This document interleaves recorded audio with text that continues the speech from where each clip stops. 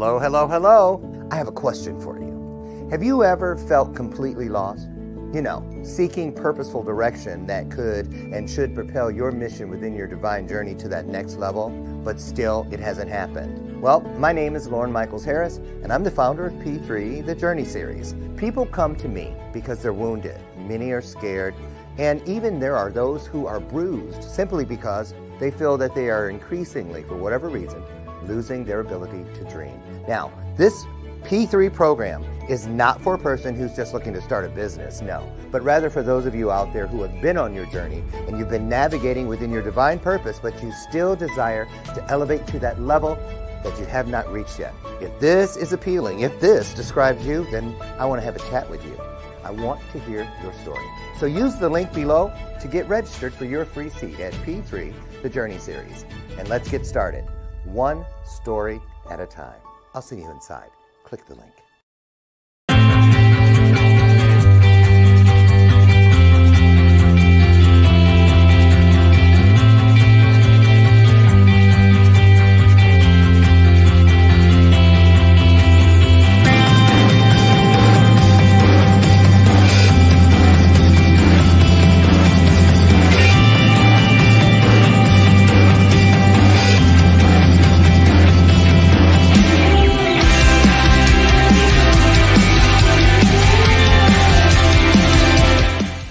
The power of we was a way of inclusion, a way of inviting anyone who needed or wanted a place to belong.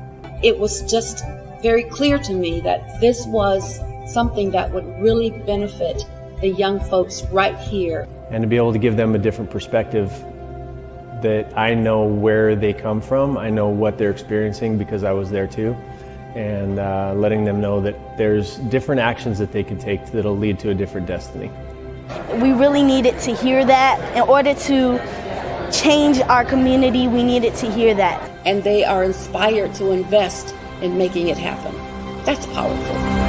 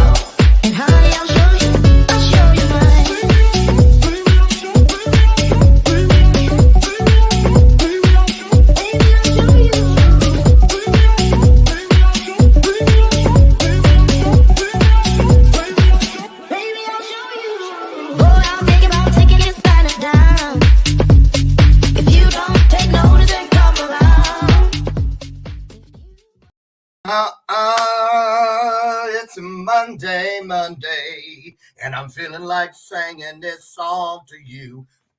Where did that come from? One of my ancestors is channeling y'all this morning because I was not planning that, clearly.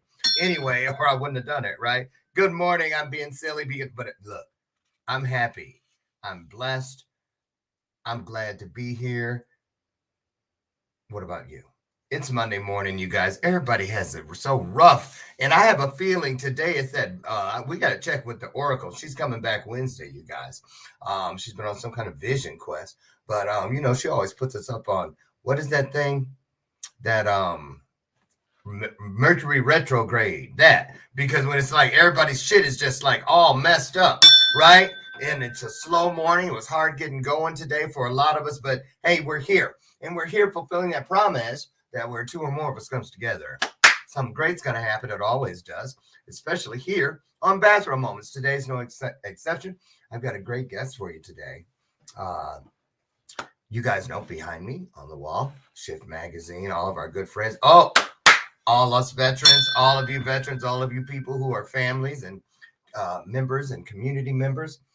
Together, we get things done. And the young man here today came to me through Robert Garcia, a good friend of mine, and also publisher of Shift Magazine. So we're here. Listen, this morning, now you guys know, I'm going to show a little bit of it real quick.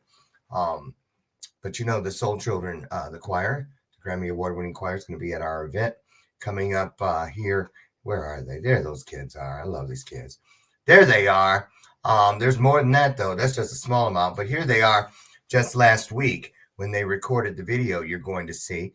They're raising, they're bonding with groups like this all around the world, all of them singing for Ukraine, raising money, $1 at a time, wherever, however much you want to put in.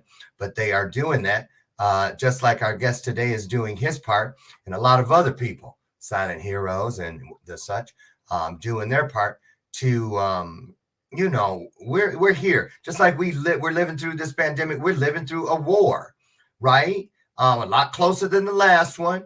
And the thing about it is, you know, you got to look for, I believe we have to look for justification every day. You just don't know about it and then say, okay, well, that's somebody else's problem. If you do that, it'll find its way to your door before you know. That's why we serve in the military. That's why we fight to keep these freedoms that so many have sacrificed for so long. So that's the Bella purpose. You guys know it's not a clever gimmick. It's not a prop. It's a reminder. It's an opportunity that when I ring that bell, I ring it on purpose. And it's to remind you, I know you're doing 101 things, trying to get your life headed in that direction you need it to be today. But we should never be so busy that the truth goes by, leaves footprints in the yard, and we never know who left it and don't even try to find out. So that's my way of helping us all do better, just like today's guest, Caleb Blair. And I think I'm going to get Caleb in here first, and we'll show the kids after the commercial break so we can get right into why he's here. But you know, like they say, my nephews and nieces, they'll be like, hey, Uncle Lauren, I can show you better than I can tell you. So instead of reading a bio or an intro, I'm just going to bring him in and let his heart and his mission do the talking. I'm going to let him show you better than I can tell you. So put your hearts on the screen. But more importantly today, put your hearts into this. It's not just a conversation today, y'all. We're trying to raise some funds to help this, what you're going to see, this effort to help those who are fighting for their lives, literally, moment by moment. Here he comes. Put your hands together, Caleb Blair.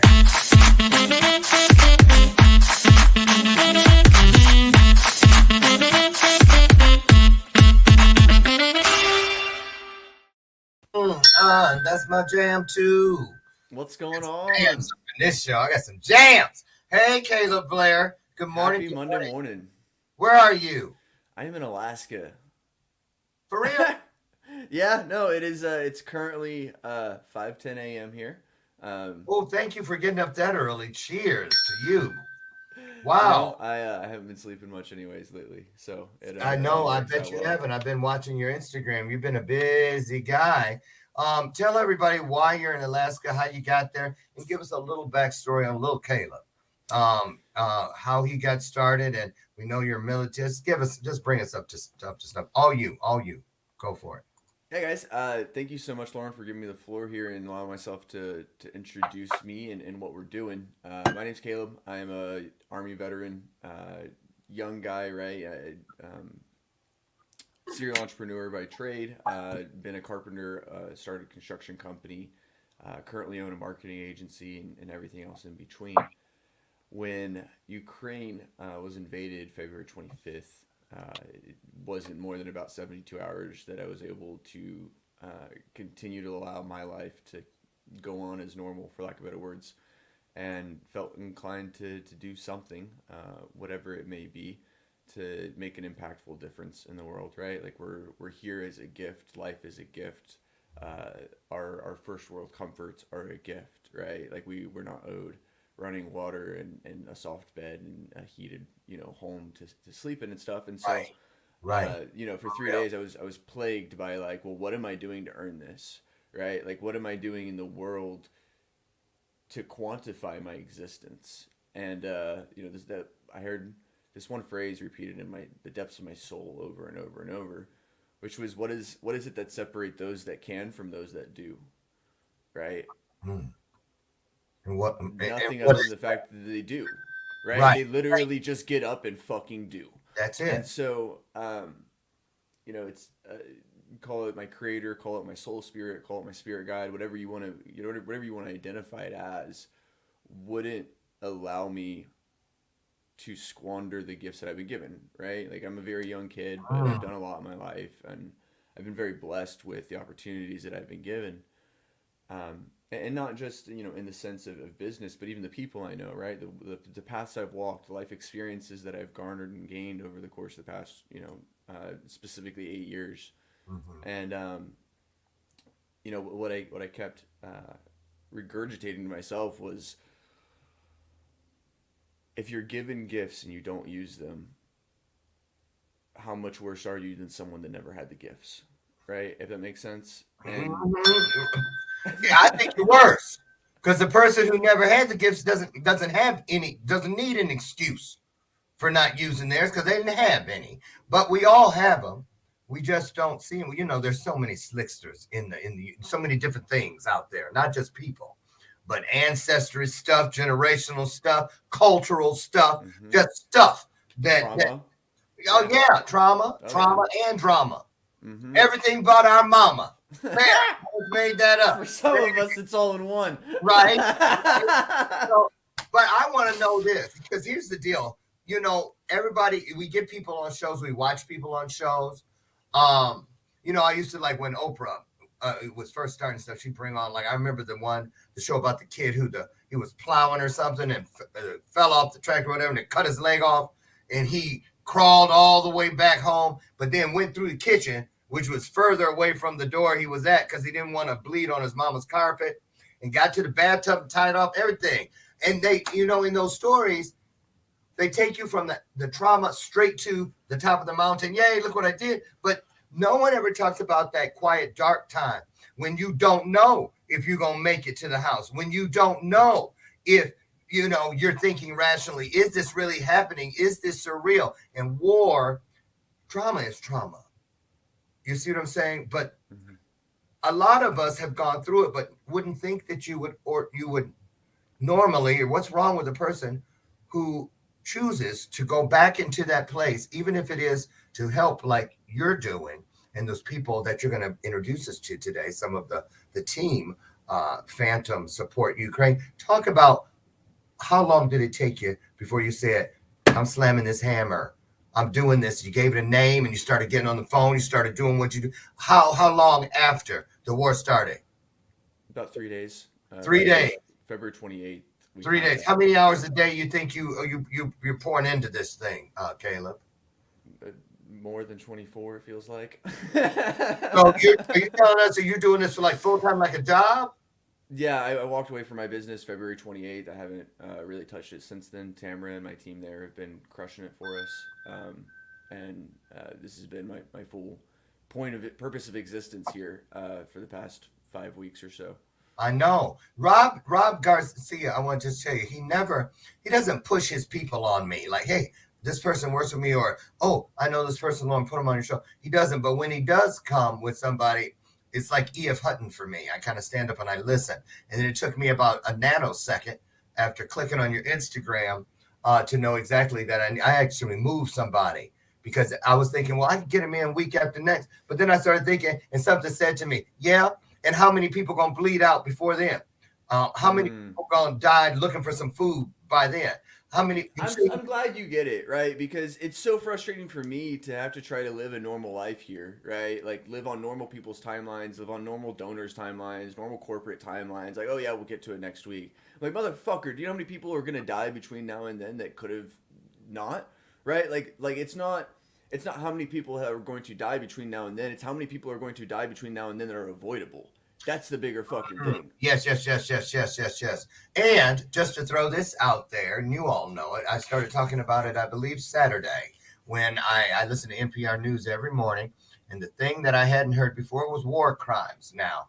The civilians, all the, just blatantly, there's like no rules, no etiquette. Like, well, how can you really have etiquette anyway in war? I mean, I don't get that anyway, but it's gotten worse because they're not even trying to do this the way or play the game the way the game is supposed to be played. So you're in there. Let's get right to it. Okay. Talk about Phantom Support Ukraine. Who all is involved here and what can we do to help? And then we're going to take a look at some of the stuff you brought us today. Good stuff, you guys. Now's a great time to share out this broadcast right now because I'm going to tell y'all something.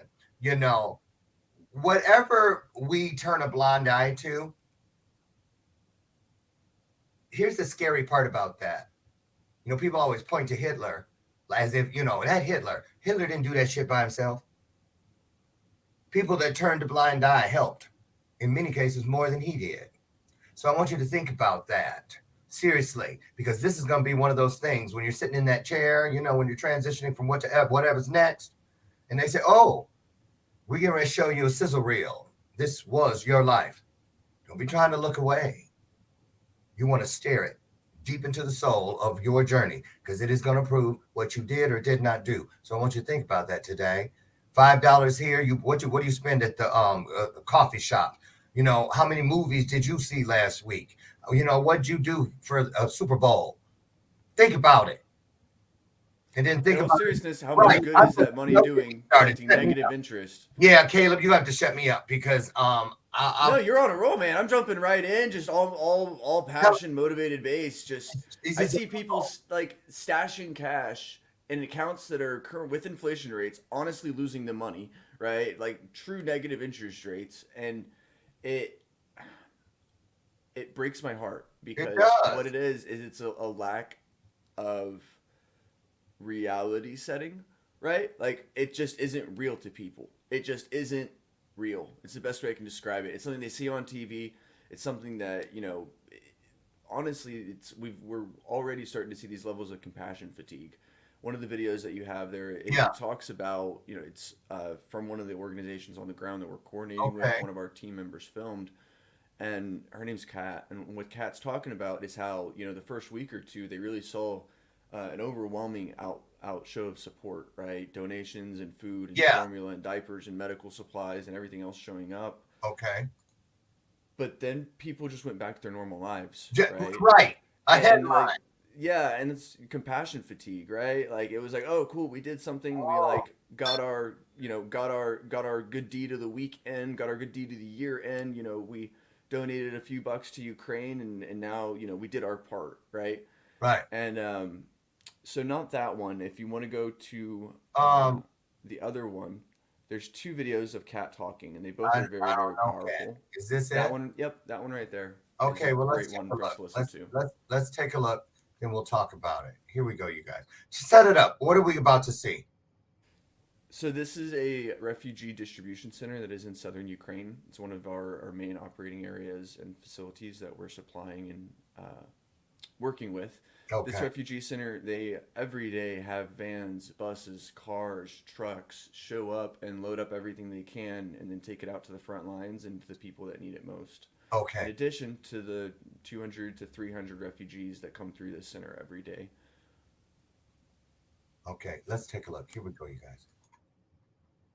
Sasha is saying that every day there's less and less of this, and I mean, it's obvious that at the beginning everybody's like euphorical, right? Euphoria, everybody's trying to help, but then it kind of, calms down, and there's less supplies coming from Europe and from people right now because I guess, I don't know, people lost enthusiasm or something. I don't know, just less. Sasha's just saying, yes, that's, when everything starts, everybody's like, yeah, we're gonna help.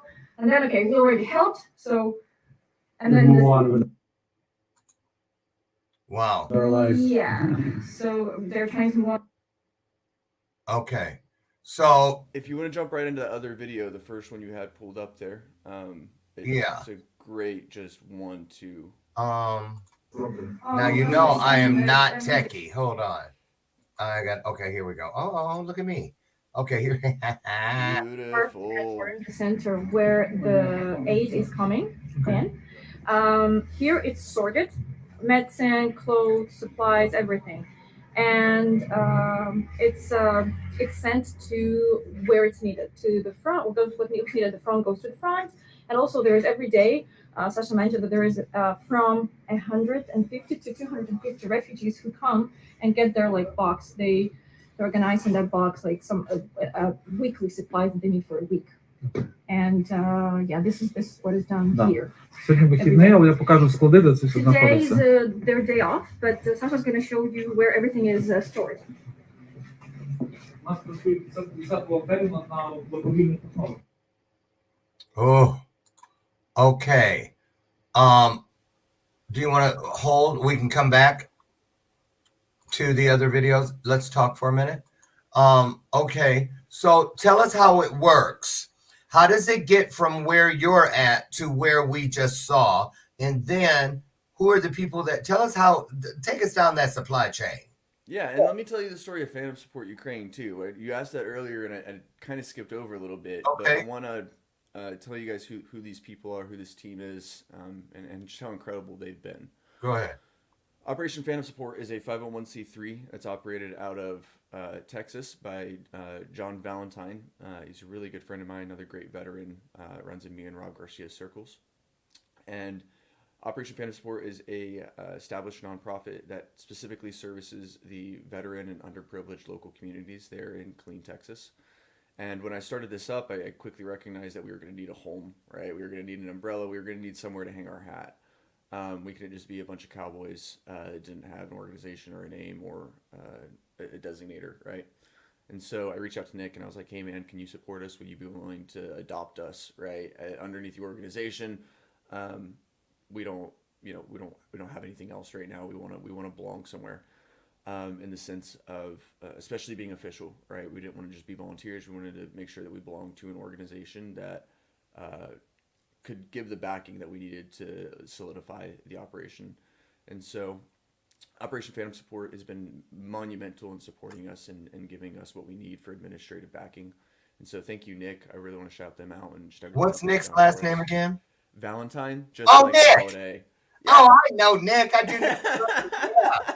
I didn't know that's who you were connected. Oh, well, see, there it is. You guys, Nick's been here. Oh yeah, I have thermoses. Yeah, he sent me some of everything. Nick Valentine, always out there, ready to go at a moment's Always notice. doing good stuff for the world, man. You need something? Yeah. Shout out to Nick for real, you guys, for real. So okay, so let's talk about let's get it in there early. Pressing needs, and don't, I know everything, but something's got to be at the front of the list. What can you tell us, and how can we help, Caleb? Honestly, it's money. And I've tried to avoid saying that because nobody likes just hearing that they have to give money, right? We've done physical donation drives, we've done a whole lot of other things other than money. But let me, in order to take a step forward, let me take a step back. You asked me a second ago what the supply chain looks like. Yeah. And what we skipped over is I want to make sure everybody recognizes that the entire purpose of Operation Phantom Support Ukraine is Real to supply. quick, Caleb. Yes, I'm sir. just butting in because we don't have to talk about anything unless you see something on there, but I want to put the IG up so they can see some of the pictures while you're talking. Is that okay? You keep talking. I just wanted to let you know what was going on. Go ahead, everybody. Yeah, Okay, absolutely. don't mind me.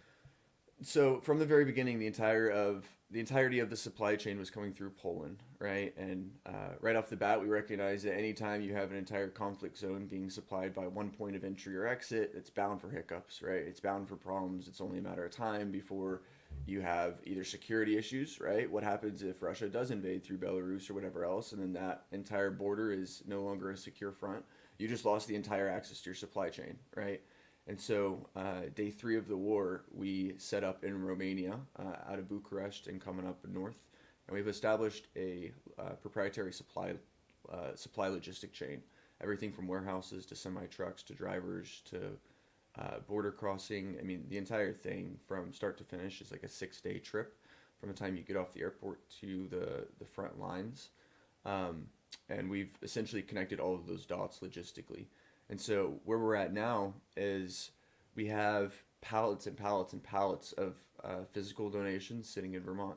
That costs money to mail, costs money to air freight, right? We have Okay. trucks in Romania and Ukraine. They need gas. We have teams on the ground in Romania and Ukraine. They have to pay for places to stay. They have to pay the locals for food. We're not trying to be just a draw on the local economy and this limited amount of resources that the locals have, right? We have to fly people over there. We have to support them on the ground. We have to take care of import fees. There's so many things that require money outside of just the medical supplies themselves. You know, we're actually currently sending a U-Haul around the country picking up donated trauma supplies. Wow. But we need money to ship it over, right? Every guy that goes over, we can put 7 to 10 checked bags on their back. A lot of the airlines have been incredible about donating those checked bags, but sometimes they aren't, and that's $700 every time just to get, you know, seven. You see there on the screen, the left-hand side, there's a picture of one of our uh, trips of donations, right? Two of the guys brought over all of those bags and bins full of donations. And that's how we're currently moving the majority of our freight until we get the funding that we need to actually do cargo freight. Okay. So you have a lot of stuff. It's just getting it there. 100%. What is this with all these cots? So that is a refugee center that's set up in Bucharest, which, for context for everybody, is 9 hours, 8 hours south of the Ukrainian border. And so refugees, they don't just stop when they get out of Ukraine, right? People think that, oh, you know, they get out of harm's way and that's the end of it, right? No, where are all these people going? Where are they staying?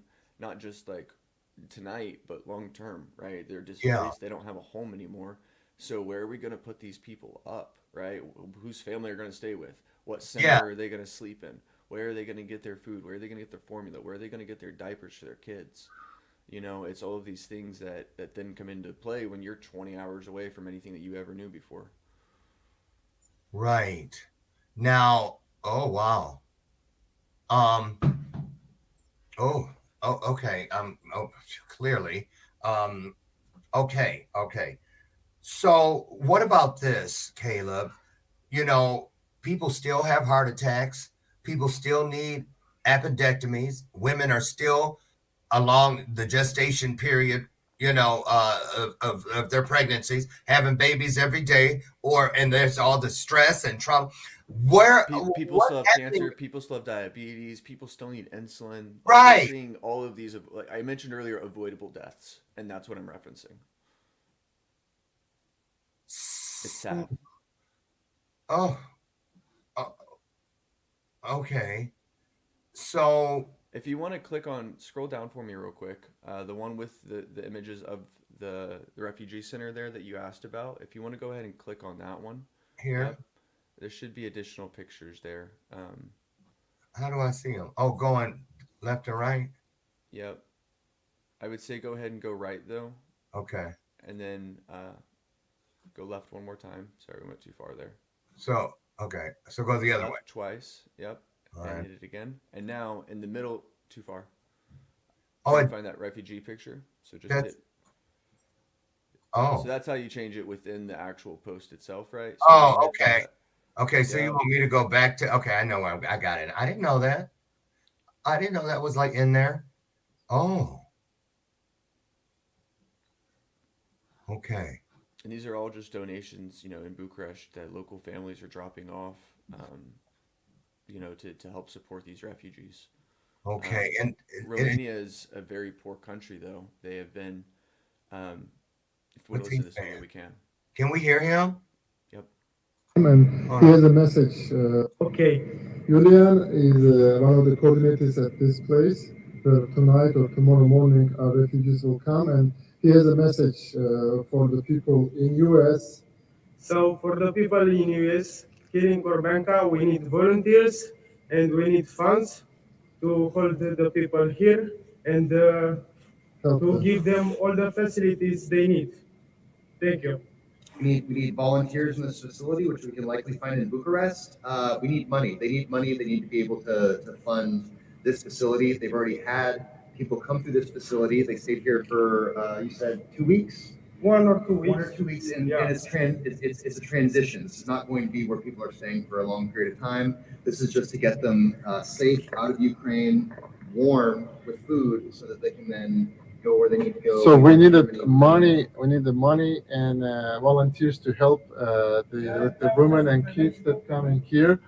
And again, they can stay here as much as they need it, as long as they support it. The funds is there and the volunteers is here to help these people, because nobody knows how long this is gonna be. Thank you. Okay. Wow. That's all I can say. Listen, wow. Oof. Caleb, so what's the best way you guys have found for people to come together to raise money? So let me give you some ideas. And what I'm saying is that there are those of us who have family dinners on Sunday. Start today putting the word together that we're going to pass the hat on Sunday over Sunday dinner. If you meet to play golf or tennis or pickleball, or you belong to a reading If you go to club, church, have a collect an offering, right? There you go. We do so much more through the power of we than the power of me. That's a trick. That's why it should never be about just one thing, starting with me. So listen, you guys, we're going to go to a brief commercial break. And when we come back, we're going to get in there with Caleb a little deeper about some of the other things that we may not be aware of. What we're looking for today are, we let people push our buttons every day. And usually it's not in a positive way. It's in a negative way. Well, this is one of those times, if you try to balance the shit, y'all, let somebody push a button that's going to do something good for you and for everyone that it touches. Okay? Think about that. We're going to be back in about 1 minute. Don't you dare go away. Share the broadcast out. You'll be blessed for doing it.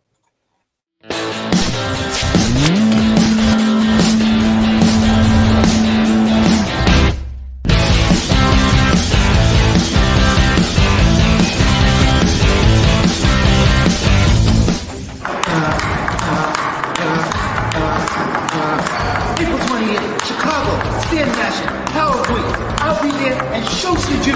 Yeah, that's it, baby.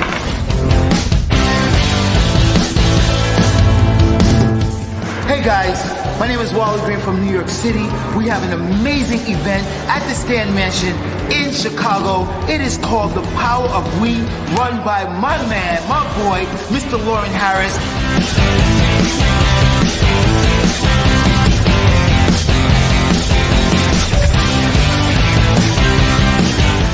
You guys better be there, because I will too, and I hope to see you guys soon. Peace!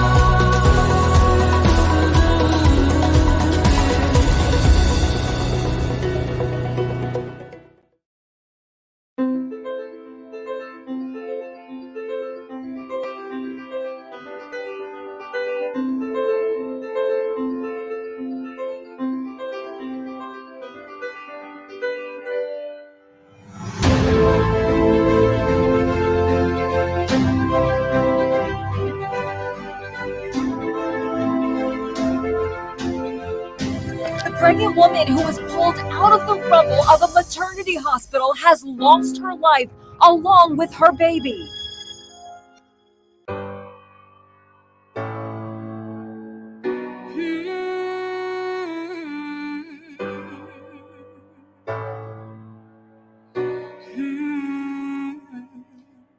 Children dying, babies crying all across our land. What on earth is going on? Please help me understand. Pray for us before we're gone, and if I die, please carry on. The siege is underway,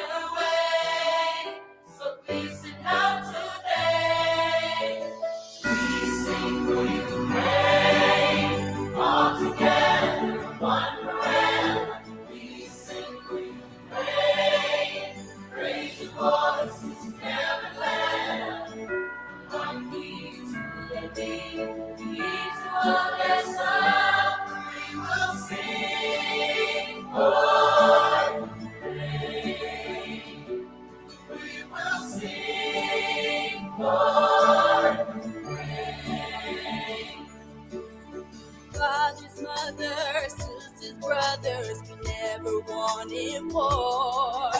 We're under attack, but we're fighting back. It shakes us to our core. Bombs are from the sky, as thousands dying wide. Little girls and boys, generations destroyed. We sing for Ukraine, all together, one forever. We sing for Ukraine, raise your voices, never let up. From me to the other side, we will sing for Ukraine.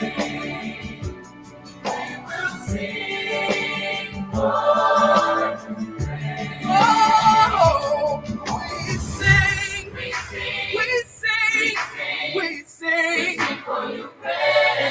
For Okay, I'm going to stop there because y'all know I'll keep going. Caleb, question. How does it make you feel when you see like these kids? These are all high school and junior high school kids from Japan and here in Chicago doing that. Part of a bigger thing. How does it make you feel when you see other efforts in different ways? Is that what possibly helps push you to those 25-hour days that you've been living? And I can say 25-hour days. If you haven't experienced a 25-hour day, you haven't lived, or you're doing something wrong. Because what that means is even when you're sleeping, even when you're resting, the echoes, the ghosts of the things you're working and helping and healing are with you, even then. So talk about that if you could. Somebody needs to know. Somebody needs. Yeah, it makes me feel less alone. That's for sure, right? I can tell you that one of the things that has been a struggle for me personally, especially not being over there, right? The rest of the team is there on the ground. They're feeling themselves make a difference every day, right? Mm-hmm. And not just that, but they're seeing other organizations. They're working with other organizations, right? Like they're actively involved in making a difference on the ground, and it's easy for me to forget that other people care, right? It's easy for me to get stuck into that scarcity mindset, right? When I get on donor call after donor call after donor call after donor call, and it's all no, no, no, no, no. Yeah. It's easy for me to tell myself that nobody else gives a shit. It's easy for me to like tell myself that Americans are crappy. You know what I mean? That we're entitled pieces of Right. Then we get angry.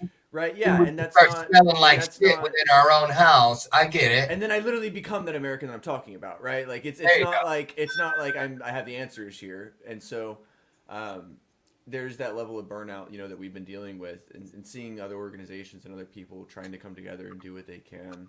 That's probably the biggest relief for that burnout. What are you hearing from your connections on the ground as far as being there, number one, or their greatest frustrations at the moment? Greatest frustrations. So outside of it just going on, the inability to do more, right? Like we are seriously inhibited right now on what we can do. Some of the guys, a lot of the guys don't even have body armor or helmets right now, right? Like these guys, the entire team has been self-funded or crowd-funded. We've not, as much as we appreciate Operation Phantom Support, they're not like our funding backing, right? This has been 100% a self-funded and crowd-funded operation. And so with that being said, we're, for anybody that's been paying attention to, I don't know what the mainstream news has been talking about, but it's been all over private journalism and small world news, has been what we're finding in the areas that the Russians are exfilling out of within Ukraine. Lauren, I don't know if you've seen this stuff, but it's pretty dark. I've honestly been trying to shield myself from it just to keep my spirits up, but we're finding civilians with their hands tied behind their backs, Yes, executed. the civilian scarves in their mouths. Young children that are dead from being sexually molested so much that they're torn, they're broken, they're literally dead. 10, 14-year-olds. there's been 500 civilians that have been found dead in this one city that the Russians occupied. Very small village. It's it's not like that's a large city, and they found 500. They're just lining the streets. I heard that this morning. Yeah, it's a lot of people have made some comments around the relation, or maybe the I'm trying to think of the right word here, but comparing it, right, to World War II or to Hitler Germany or to... Exactly. I am Jewish. I lived in Israel for 7 years. I am not naive to the plights of the Israelis and the Jews, and right, like I can firsthand testify to, I know what it's like to be a Jew, right? So I can say this, that we are seeing the next genocide. We are seeing like Ukrainians. This is not something that's. I saw it as a flash on the news and it was gone. Ukrainians are being forcefully removed from their homes and trucked to Russia, and we have no idea where they're going or what's happening to them. And that's not something you're seeing talked about. You know what I mean? Like people want to just pretend that's not going on, that's not reality right now. But Mariupol, they had 3,000 civilians forced to leave, trucked out, taken to Russia. No idea where they went. Nobody's heard from them since. You right? know, and so listen, I'm gonna say this, not to cut you off, but you see, and I'm not a Jew, you know, but I'm a person of color. I'm a person, right? Mm-hmm. But Saturday morning when I saw that word in a stream, a news stream. What word? I'm sorry. Genocide. When I saw genocide, it changed the whole game for me. It really did. And I was like, wait a minute. Then war crimes and this and the other. You guys, listen. We should be paying more attention than ever now, because this pandemic should have brought us together in a way like nothing else. It has to be more than we all were wearing masks. It has to be more than we were all taking a vaccine. Those are things that everybody had a choice for. Everybody has a choice for everything. Now the choice is, are you going to sit by? Are you going to stand by? Are you going to roll over? Are you going to pretend it's not happening until you're playing the local hometown version, male or female, of Anne Frank?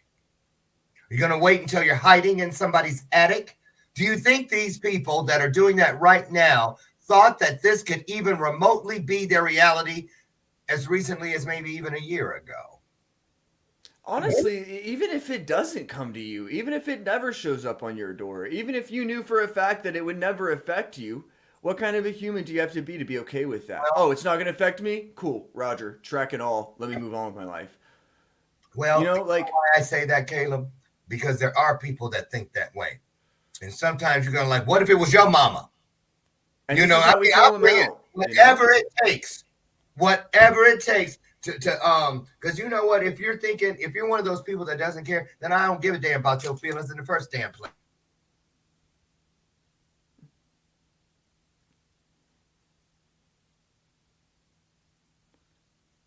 Lauren, I'm not sure if I lost you or if we lost you or if you guys lost me, but we'll give it a second here.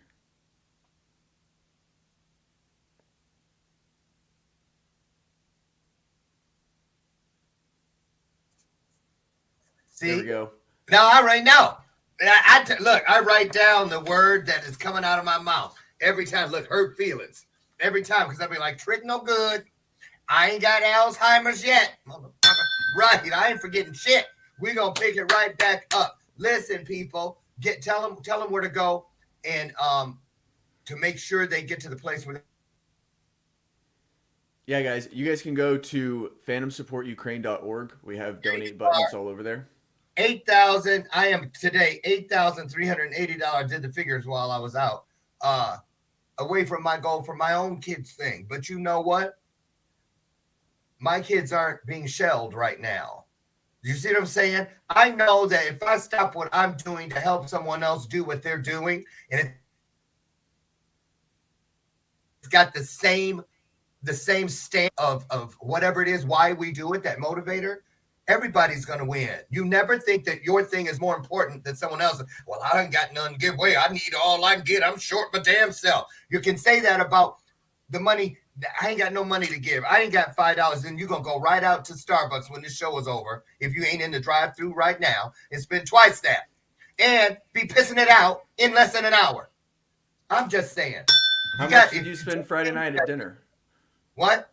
How much did they spend Friday night at dinner and Oh, drinks? I went out. We went out Friday. I went to. I can tell you right now, it was a cheap night too. It was $105 plus a $25 tip. $130 is what we spent Friday night. Exactly. Good question. You answer it. I'm just Me? saying. Yeah, No, it's you too. yeah, How much no, did you it's I didn't go out Friday night. Oh, okay. I was busy. I was busy on the phone. So, fellas, take us through. Can you before we got 15 minutes left or a little bit less? Take us through your day. How are you doing it? And you guys start dropping some money right now. Man, Phantom Support Ukraine.org. Go. There's a donate tab there, right? yes, Okay. there is. Go do that. Go ahead. Plenty of donate buttons. You can't miss it. Okay. Um, Through that. Man, honestly, I'm just on the phone all day long, nonstop, between Ukrainians, between other nonprofits, between donors, between. Okay, pick one of those medical- categories. Pick one of those categories, and that's going to be me. All right, let's do Who am I? donor. I'm a donor. Let's do donor. Okay, so ring, You're- ring. Let's say it's a phone call or it's a Zoom call. Okay, I'm on the Zoom call. Hi. And who are you again? Hi, Lauren. Thanks so much for taking time to meet with me. My name's Caleb. I'm a super young Army veteran. I got out of the Army when I was 20 after going when I was 17. And since then, for the past 6 years, have been working on different businesses and just kind of finding my place in life, right? I'm not going to take a lot of your time. I want to make this really short and to the point. We have a team of highly skilled veterans with specialized medical training that are familiar in operating in austere and hostile environments and combat zones. Okay. And they're currently on the ground right now of their own accord, not, backed by or paid by any organization to be there. They literally just said, hey, send me, I'll go. And are there on the ground right now. And I'm back here trying to coordinate for them and trying to make sure that they have everything that they need to be able to perform their missions and to save lives and evacuate refugees and get the critical supplies that are needed to go where they're needed. And so I can keep going. I can give you more information, but that's the gist of it. That's the 5 W's right there. I'd love to tell you more about what makes us different than the other guys, what makes us different than, for example, Red Cross or any of these large organizations. What does make you different than the big places? So first of all, nobody's collecting a salary, right? Again, we all left our jobs. We all left our families. We're all literally over there as volunteers. Every single dime that's donated goes towards the effort. It goes towards purchasing dry food in Romania and delivering it to Ukrainians. It goes to purchasing tourniquets, chest seals, hemostatic bandages, Israeli bandages, all of these critical life-saving materials that we need to get patients outside of what's called the golden hour, which is essentially if you can make them outside that golden hour, their odds of survival increase by almost, I don't know the data right now off the top of my head, but it's exponentially, right? And so you want to try to get them outside of that golden hour. And what is the golden hour? Essentially, your most critical life-saving injury or life-threatening injuries are going to cause a loss of life within the first hour. Right? So whether that's an amputation, you're not going to live an hour untreated. Whether that's a collapsed lung, you're not going to live an hour untreated. Whether that's a blocked airway, you're not going to live an hour untreated. Right? And so the goal is to, if you can get these injured individuals outside of that, it's called the golden hour window. And let me clarify, it's to long-term care within that golden hour, right? Like to actual treatment within an hour. And then if you can make it past that hour, if they survive past that first hour, their odds of survival increase exponentially. Right. And so what we do that through is through bleeding control, airway management, and then circulation. Right. And so what I want us to think about is a gaping chest wound. Right. Say an artillery strike goes off and there's a massive piece of concrete that gets ripped through somebody's stomach. Right. It's thrown into somebody's out. It's not a gunshot wound. Like it's called a sucking chest wound, a gaping chest wound. Right. That's very real reality right now as missile, artillery, and aerial bombardments are happening on the daily. What happens is their torso starts to fill with air, right? The torso is a negative vacuum space that is not supposed to have air inside of it. Your lungs work because it's a negative vacuum, right? And so the minute that you have air starting to fill your torso, what it's doing is it's collapsing those lungs because the air around your lungs is causing them to literally like collapse on themselves. And so you have 10 minutes before you die from suffocation because your lungs can't expand anymore because the air in your torso is too strong, too overpowering, too many pounds per square inch for your lungs to be able to inflate again. And so simple things like a chest seal, right? Like in the Army, they teach you to create chest seals out of things like MRE bags, Ziplocs, whatever it may be. We're seeing that happen on the ground. People are using Ziplocs. They're using plastic bags. They're using MRE bags as these seals because they don't have proper medical supplies, right? And going back to that golden hour, if you have a 6-inch by 8-inch hole in your chest, right, with your intestines and your stomach and your guts hanging out, you don't have a long time. Does it make sense? Like you don't have 3 hours. You need treatment in the next 5 minutes, or you're going to die. And not just that, but you need the right treatment. You need the right supplies within those first 5 minutes to make it through that golden hour. And so our teams on the ground really need those supplies. Not just that, they need vehicles. It's a big thing right now. We are reliant on local nationals for our transportation. So it's a Ukrainian group with their own vehicle, or a kind Ukrainian citizen that is willing to volunteer and drive the team to where they need to go.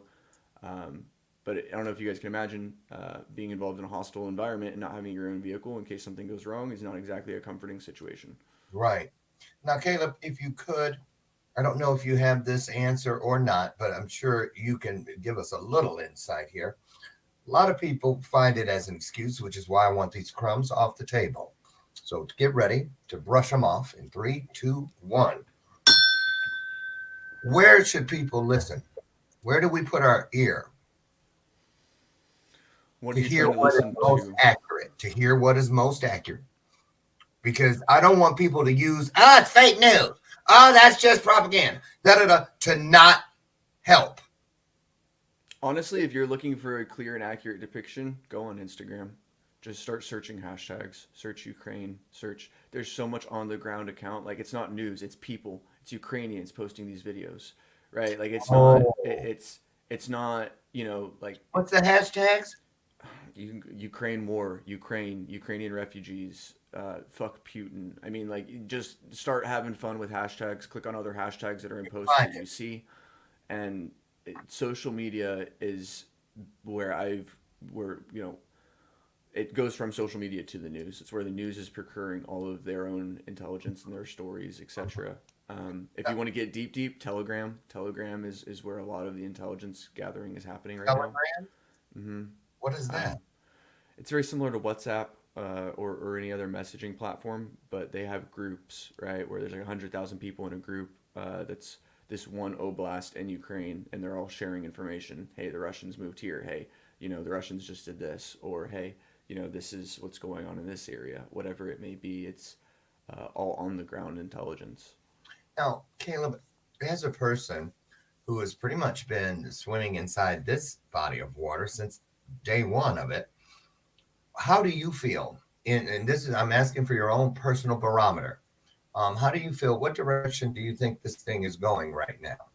Is it getting worse, or are we making headway and it's getting better? There's no way to say at the end of the day, right? It appears to be going better right now. That's today. Exactly, right? I can say that regardless of, let's say the war stopped tomorrow. Let's say that they called a ceasefire. Let's say that, like, this was over and done with tomorrow, and reality matched America's memory, right? And it truly was done. There was no more killing.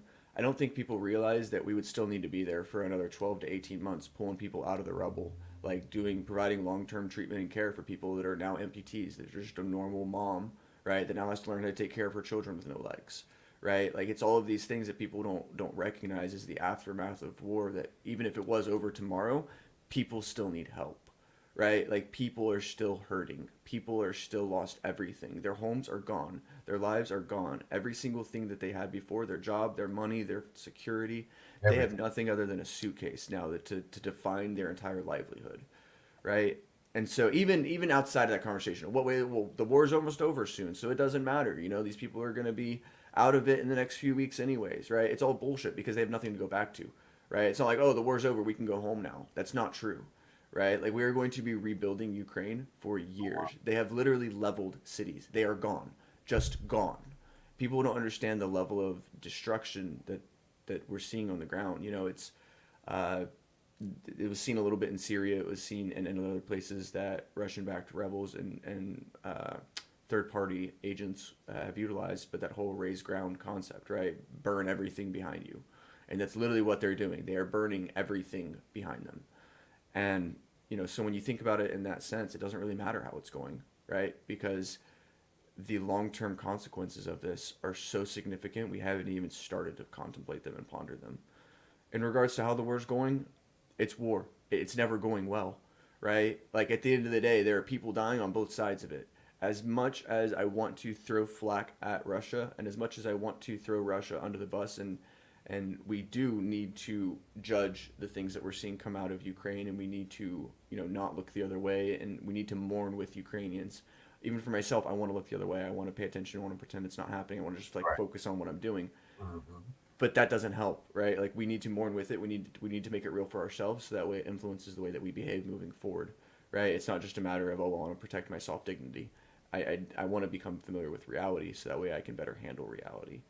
And a big part of that is recognizing that not all Russians are bad, right? 9 out of 10 of those Russian kids that are there on the ground right now that are fighting a war have no idea why they're fighting a war. If they do, it's not for a real reason. They're fed a lie. Or people don't understand that in the Russian military, if you don't do what you're told, you're just going to die, right? They will just kill you. It makes sense. They were like, why don't they stand up? Because it's going to cost you your life, right? Like, Russia it's not will like you're going to get an Article 15. You are going to be executed for treason right there on the spot, and so I think that there's that level of empathy that needs to be had all the way around. It's not just all as much fuck Russia as it is, right? And like, fuck what we're seeing come out of the ground. It's not fuck Russians. It's not fuck every Russian. It's not fuck every, like, we can't allow the hate to enter our own hearts. Does that make sense? Oh, right. And you know how, like, they're saying war crimes, and you said to yourself at the top of the hour, it's like same thing that we saw with Hitler in World War II and this and the other. And so what do you think this says as far as the mindset? Because it's not Putin just by himself. It takes an entire mindset, a collective in some way. So before, and a lot of us like to point fingers, but what do you think it says how we react now? Like those who are doing what you do and everything in between, and those who do nothing. How do you think that's going to bode as a collective mindset in our world over here, in worlds like ours, for us, if people just don't care? You understand what I'm saying? If this doesn't trigger something, this should trigger. I always try to find some justification. There's got to be a reason this is happening more than just for bodies. And I think that the one thing I think of when you say that is, are they not caring because they're unaware and intentionally unaware, or do they not care because something's broken in them, right? And I think that that's the only two answers, right? Either something's broken inside of you, or you intentionally don't want to know. You are putting your head in the sand, and you are, if that's you, I want you to go to Instagram. I want you to go look at the stories of I don't even want to repeat them because they're so horrendous. They're so god awful. But there's so many stories coming out right now of children being forced to sit and watch their mother be used by Russian soldiers to the point where the mother dies in front of the children. The children's hair turns gray at 7, 8 years old because they had to sit there and watch their mother go through that. And then they are then followed up with it. And then it's you cannot, if you want to be blissfully unaware, then that's your own fault. That's your own decision to make. But recognize that you're losing your humanity because of it. You are losing your humanity because you are unaware. And whether you buy it or not, trust me, if you're one of those people who wears labels on the outside of their body and carry labels that others have placed on you, if you do nothing, if you go to sleep and this doesn't keep you up even 30 seconds, let me tell you something. You are definitely going to put on a new label because you, whether you realize it or not, are a supporter of human sacrifice. And I want that to hang out there for a minute. It started when you used to step over homeless people or hungry people, or say, I already gave, or they ain't going to do nothing but go buy a drink with it. Whatever it was, it groomed you for this moment. Now you can undo it, or you can keep doing the right thing if that's where you've been. It's never too late. And today on the screen at Phantom Support Ukraine is where you can all start. There's no excuse. I don't know how. Oh, I ain't gonna. You have something. Find it. If you don't have money, go share our stuff. Share every single post that we make onto your walls, right? Go tell your friends. I know we're running out of time here. You asked earlier how people can help gather money to donate. We mentioned doing a offering at your church. We mentioned doing a little collection with your family at family dinner. Some of the things that we didn't talk about are, if you are a business owner, if you create a product, if you sell anything, if you like make money yourself other than just getting a paycheck, right? Create a dedicated product. Have all proceeds go to a charity of your choosing, right? Donate products for a raffle, right? Do an auction. There's so many different opportunities that people could be capitalizing on to make a difference, even if they don't have money themselves. Like, I've been there, right? Literally, like, my bank account will be -20 and I'm like, bro, I don't have it, right? Like, I get it, you know. I'm not saying that everybody has money and that they're being greedy assholes, right? What I am saying is that everybody is accepting that excuse at face value and laying down and rolling over, right? So, okay, cool, you don't have money. Where can you go find money? Who could you call? Who could you reach out to? Reach out to your pastor. Reach out to your friend that runs a business. Reach out to your VFW. Reach out to your American Legion. Ask to do a collection. Ask to do a drive. Ask to set up a box to receive blankets and coats and dry food at. Right? Like, there's, even if it's not for Phantom Support Ukraine, there's so many organizations collecting donations of dry food, of blankets, of coats, of thermals. Right? Like, at the end of the day, evil loses because good does more. There you go. And that's not just on the ground. That's not just in Ukraine. That is the collective human soul. The collective human soul does more good than it does bad. The minute that changes is the minute that we're doomed. That's the power of we instead of the power of me. Take that with you today, Caleb. I want to thank you. And please, on behalf of Bathrobe Moments and all of the supporters of the LMH brands, let them know how much we respect them, how much we honor them, and let them know there are those of us here who will continue to fight right beside them, just from a different viewpoint. So thank you so much for all you do. Thank you. Yeah, anything else we can do at all, please just let us know. Now, you guys, there's the information. It's 2 different ways. Both are on the screen, and we've taken the liberty of already dropping them inside your comment section. There'll be more information on the show notes on the page, so go there if you need even more clarification. But I suggest reach out directly at Phantom Support Ukraine or phantomsupportukraine.org. My name is Lauren Michaels Harrison. Listen, I'll meet you, God willing, out front tomorrow morning on the front porch for another illuminated conversation. Now get out today. Don't let this thing go in one ear and out the other. Give 10 minutes or 10 hours. Like somebody needs to give 10 hours because it came out first. Do your part. Even 10 seconds is better than no. We will always get further with a little bit of something than we will with a whole lot of nothing. Get out there and be the blessing you want to receive. Caleb, thank you. And we'll get you back here again sometime. Keep in touch. Thank you so much, Lauren. I appreciate you and your audience. Anytime. All right, you guys. I'll see you tomorrow. Have a great day. Bye-bye now.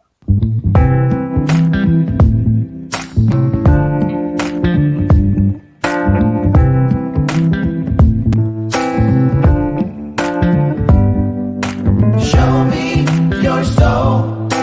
Baby, I'll show you mine. Show me your soul. Honey, it's way past time. How expensive do I have to be? Need I spell it out before you get it, baby? Show me your soul. And honey, I'll show you mine. I'll show